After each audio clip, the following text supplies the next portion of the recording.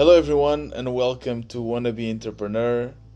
Today, for the first time, I have a guest. I'm interviewing Wolfgang. Hey, Wolfgang. Hey, Thiago. Thank you so much for accepting this invitation. I'm really sorry if the sound is not great. I'm still kind of experimenting here with different technologies. I met Wolfgang at Trivago. He was actually my boss, my mentor, my friend, and is also an entrepreneur. We chatted a lot about our ideas. He's my sparring partner every time I have a new project, and he always has good questions and good ways to challenge my ideas, which I really appreciate. And today I want to talk with you about your projects and about your adventures. So I guess we can start. Do you want to introduce yourself a little bit in like a couple of words? How would you describe yourself? Yeah, thanks a lot. First of all, thanks for the invite. So I'm Wolfgang. I was a freelancer for a long time, also worked at the university for a long time, did my PhD there as well. And later then I went to Germany, to Trivago, where I met you and worked with a lot of great people. And after that journey, I decided to quit my job and focus a bit more on my own projects again, and also travel a bit to see the world before it's too late to do that. Yeah, and now I'm stuck. I got stuck here during Corona and work on my project. When you say too late, is it too late because of climate change or because of life? I think it's just more difficult the older you get to travel around and visit other countries, at least how I did it.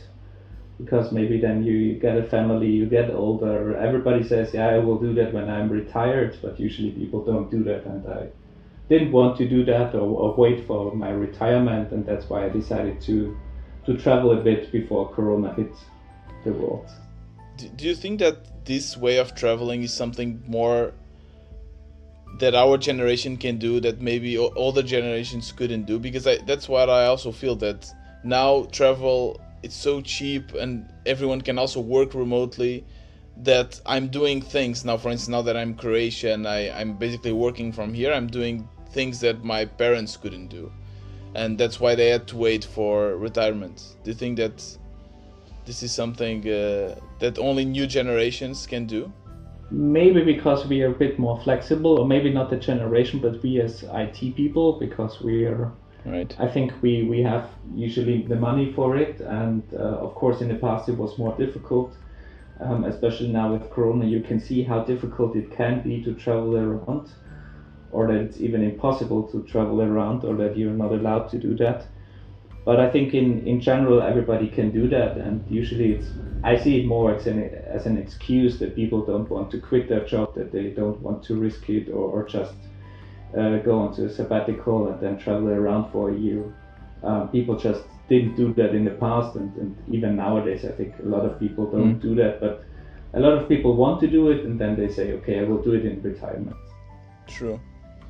Yeah, I mean that's a great bridge for the topic that I want to speak about, because you, as you said, you also quit your job to travel, to focus on your own projects. And I've been speaking with a lot of people that basically say that they want to do the same, and I never know if they actually want to do it or if that's just a dream that they have that they actually do not want to pursue.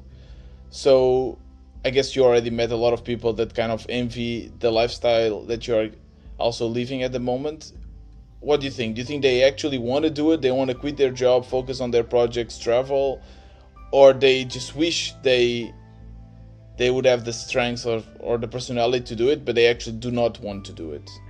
I think it really depends on the people. What you definitely have to say is that it's hard to do it, and you have definitely less opportunities than having a job and getting a couple of €1,000 a month, and you can afford everything. If you focus on your own projects and you try out some things, then you definitely have to reduce your or to restrict your lifestyle a bit and also change how you live. I mean, I did that before already when I was a freelancer and of course a student. You have a different lifestyle, and the question is just, do you want to go back to a simpler lifestyle and maybe not go to a restaurant every day and maybe then invest the money into your project or into your company? Is it worth it, and do you want to do it? I think that's the main question that you have to ask yourself. Yeah, that's a great point, because the normally you don't want to go back in life, right? So you try always to you start as a student, let's say, when you are basically eating beans out of a can, and then you get a job, and then you are getting good meals, then you are traveling into good hotels. So it seems that people do not want to go back, and I feel that if you decide to quit your job and to maybe focus only in your projects, you must be willing to maybe go back some steps, at least for a while, right? Exactly, and you have to change your lifestyle, and I think that when you have kids, for example, or family, and you have to make sure that everybody is happy and you got the money every day or every month, then of course it's not that easy to make this step and say, okay, I will just or I won't get any money any longer for a year and just have to live out of my savings. I think that's just difficult then, and that's also why I decided to do it now and not wait another 10 years to do it. So do you think that if someone else that is listening to this podcast is also considering to quit their jobs and, let's say, to focus only on their side projects or their startup, is that something that they have to think about, that they might have to change a little bit their lifestyle to a simpler one? I mean, if you have a lot of savings, then I think you can calculate how much you need every month and what lifestyle you can live. But just if I think about myself, I think it's just a different lifestyle and a different also different approach how you live, because you have your project, you invest maybe also more time than in a normal job, in a 9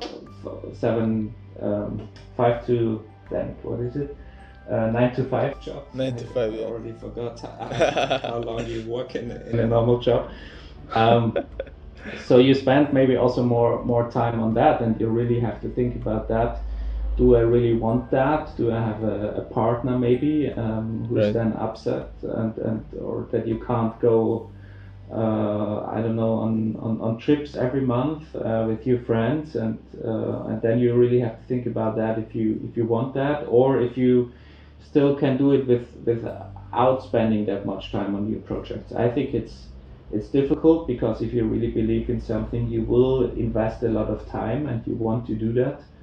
And then I think maybe other parts of your life will suffer. And what do you think of this hybrid approach that I guess I heard a lot of people suggested this to me, that, okay, don't quit your job fully, just maybe reduce your hours of work and work maybe 3 days a week. Some companies allow this. And then the other 2 days, or you just work for your own projects. Do you think this works? Yeah, I think there are a lot of examples that it worked for people. So I think it's a good idea if it works for you. But of course, you just have 2 days, and maybe even less, because you also have other stuff, hobbies, private stuff. And then at the end, you just invest a couple of hours, and then I think it will take longer. But of course, it can definitely work. And if you're that structured, maybe also to really reserve the time for your project, then I think it can definitely work, and it's a good idea. But if you can't do that, or if you're not that structured or not that strict with your schedule, then I think it's also a good way just to specify maybe a time window of half a year or something like that, a time frame where I say, okay, I want to invest 100% of my time into the project and then try it out. Because especially in our industry, as a developer, I think you won't have a problem to find another job. That is definitely not a problem in our industry. So You can just say, okay, I give it a try, and I have my savings, and then I try it for half a year or a year. How do you make sure that you keep up to date to the technology? Because I agree with you, it's quite easy to find a job in our industry, but it's also an industry that is changing very much and very fast. So I started working, I guess, 6 years ago, and if I think on the technology I was working 6 years ago, it's very, very different than the technology I'm working now. And so how do you make sure that you keep up to date and that you are not obsolete once you are back into the job market, if you have to do it? I think it's also a bit overrated, to be honest, that the whole industry changes in 1 year, and the technology usually it's not the case. And if you look at a lot of job descriptions and ads, they still ask for Java 8 developers. So even big companies. So I think there's not such a big change that you can't catch up again. But I still believe that in such a sabbatical, or when you focus on your project, you have the chance to try out new technologies, and maybe that's even not possible, especially if you work in a bigger company. You can't just try out a new technology, but if you have your own project, especially a small project at the beginning, I think you can just try out a new technology, because the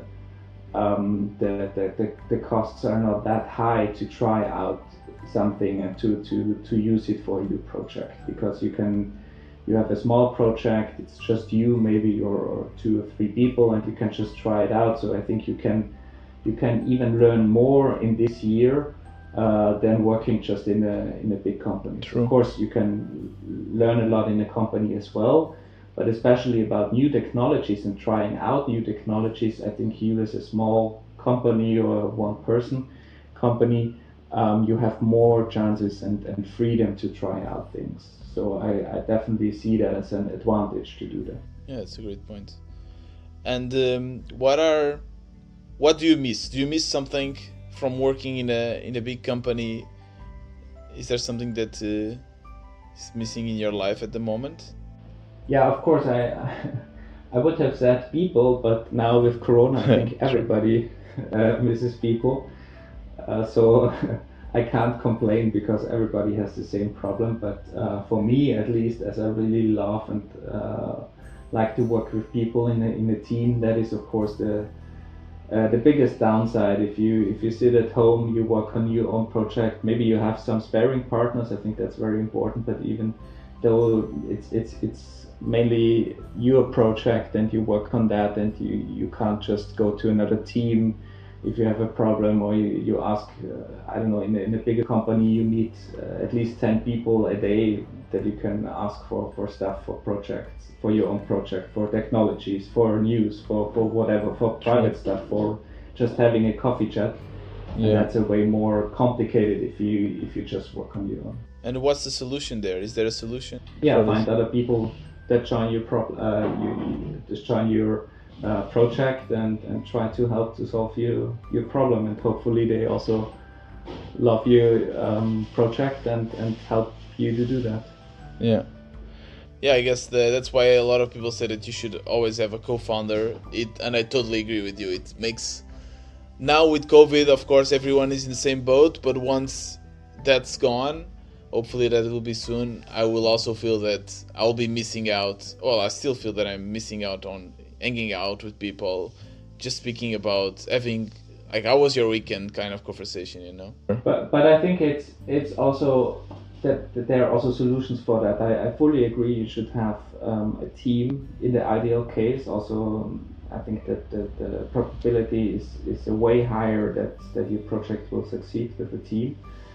But even if you don't have a team, I think you have, especially when you already worked in companies and in this industry, you have connections and a network, and you should keep it up and talk with people, like what I do with you, for example, just to discuss about problems, about technology, how to solve things. And I also found out that there are a lot of however you call it, founders, indie hackers, whatever. There are other people who really love to work on side projects and other projects, and they're usually also very open to just talk about all that, about problems that you face, also to maybe just kick your ass to continue with the project, or ask you about the progress of the project. So I think those people are really valuable, and you should try to find those people, and maybe just having a regular catch up with those people, or at least one person, so that the probability is also higher to be successful with your project. Because if you talk about that and other people ask you about the project, I think it's just easier to continue with a project and to keep motivated. Yeah, definitely, totally agree. Cool. I think we could talk about this for hours, but maybe we have to keep it a little bit short, since that's kind of the format of these episodes. So as a last question, I would just let's imagine that there's people now at the moment listening to this podcast, and they are thinking on quitting their jobs, focusing only on their projects. What would you say to them? What would be your advice? I think it's important to have some savings, or at least kind of a backup plan before you do that. However that works, it really depends on the person, but to be on the safe side, so that you can say, after, if it doesn't work out, I will be able to, I don't know, find a job quickly, have some savings, have a backup plan. I think that's very important. But if you have that, I think you can just do it, and I would definitely recommend it to everyone who wants to do that, to do it, because it's a super valuable experience, and also the experience what you can get from it, it's that helpful also for your daily job. Even if you go back to a normal job, it's very valuable that you have this knowledge and this experience, and I think it can just help you with your life and with your jobs in the future. Yeah, thank you so much, Wolfgang. Definitely we could talk for hours, and probably we'll be talking in the future. There are so many topics that I still want to talk with you, and I think it would be super useful also here for the listeners. And yeah, thank you so much. Yeah, thanks a lot for having me. That was the Wannabe Entrepreneur. See you tomorrow.